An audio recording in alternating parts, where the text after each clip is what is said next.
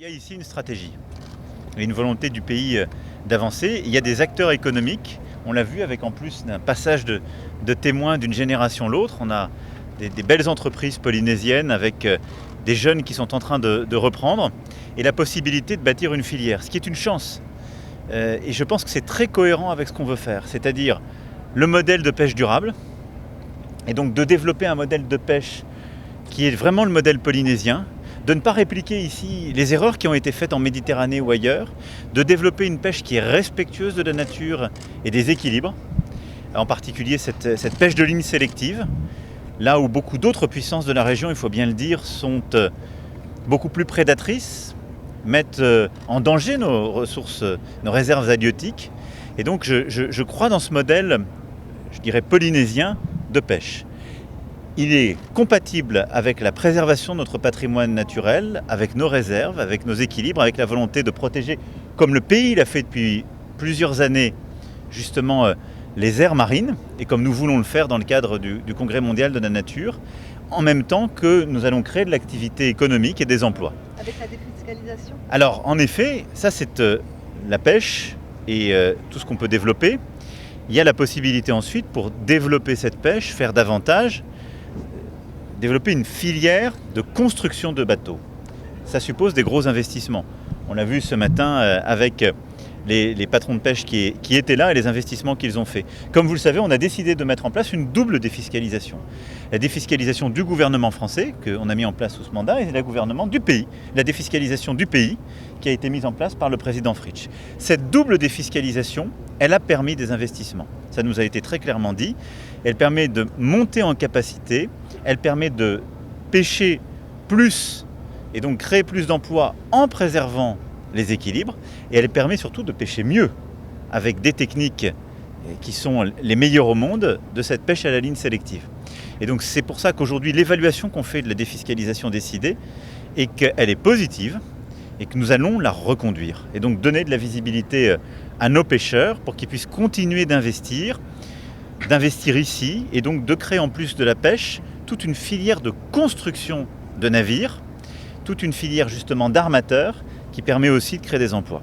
Puis il y a la valorisation sur l'aval, on l'a vu ici aussi, la découpe, le conditionnement, l'exportation. Là aussi on voit qu'on peut faire encore plus, à la fois vers l'Hexagone et les marchés européens, mais surtout vers les marchés asiatiques et américains qui sont extrêmement preneurs. Donc moi je crois beaucoup à cette filière. Vous l'avez dit, la défiscalisation a été un choix que nous avons fait d'accompagner. Et ce choix, nous allons le confirmer parce que j'ai ici vu d'abord le pays qui a une stratégie très claire et puis des acteurs économiques qui y croient et qui créent de l'emploi peu qualifié et de l'emploi qualifié. Puis à côté de ça, on a fait un point sur l'aquaculture justement et les innovations à l'instant. Et je pense qu'on va aller dans un instant s'y rendre aussi pour regarder tous les travaux de recherche. Mais le pays a une volonté d'investissement massive en la matière que nous souhaitons accompagner et on l'assume totalement.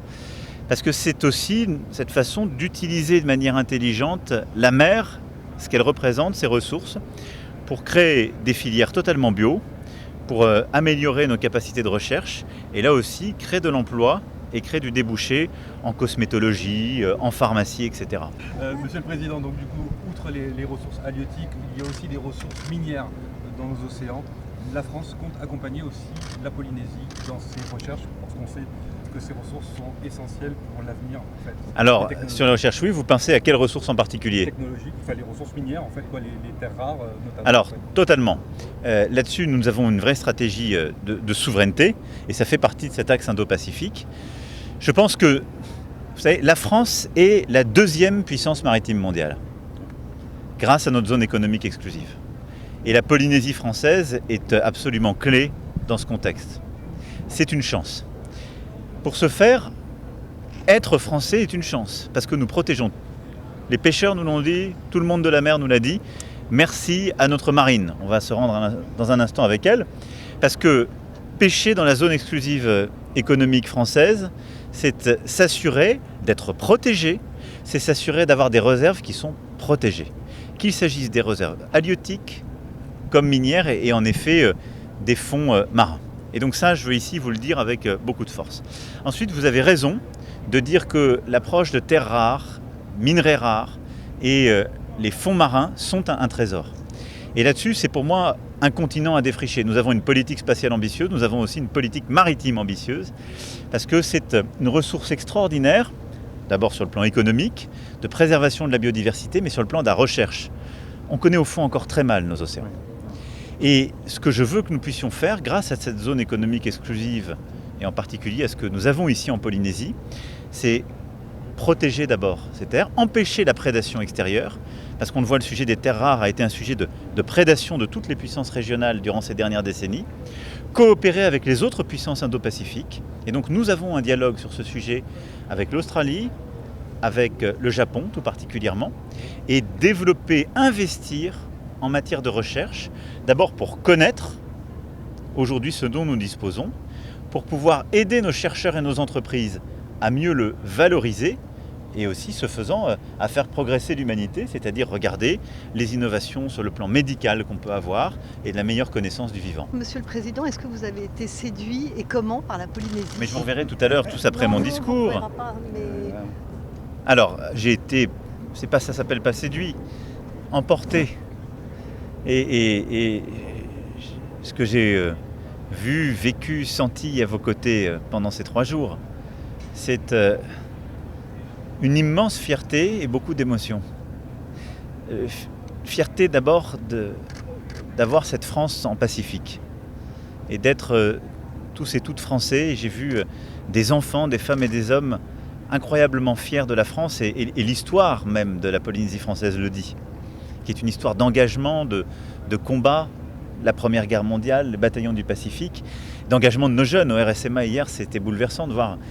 Il n'y a aucun RSMA qui a autant de jeunes qui disent « je veux m'engager ». Et donc ça pour moi c'est une fierté extraordinaire et c'est la magie de la France. Ensuite, c'est le trésor que représente à la fois la nature et la culture polynésienne. Et je pense que les deux sont compatibles. Et sans doute dans notre passé avons-nous voulu choisir entre l'un et l'autre. Et vouloir dire être français suppose de nier la part primitive, première, qui existe chez les peuples autochtones qui étaient là depuis des millénaires, la culture ancestrale qui était là, la force de cette nature, des traditions, de l'art, du tatouage, des chants, des danses. Les deux se conjuguent et sont une chance pour moi inédite. Et je dois dire que ce que nous avons vécu à Manille, au Tuamotu hier et aux Marquises hier et avant-hier est pour moi inoubliable. Parce que c'est exactement cette expérience. Ce sont ces Marseillaises vibrantes et ce sont ces hakas, ces chants, cette danse de la plume, ces tatouages et donc une fierté immense. Voilà. Un pays que vous découvrirez certainement avec votre épouse prochainement? Ah, je l'espère. J'ai accepté de venir seul. Il faut faire des concessions. Je lui demande déjà beaucoup et elle avait encore des contraintes en hexagone parce que j'avais dû changer plusieurs fois la date et elle me manque ici et je sais qu'elle aurait été extrêmement heureuse d'être avec moi, mais nous reviendrons. Nous reviendrons.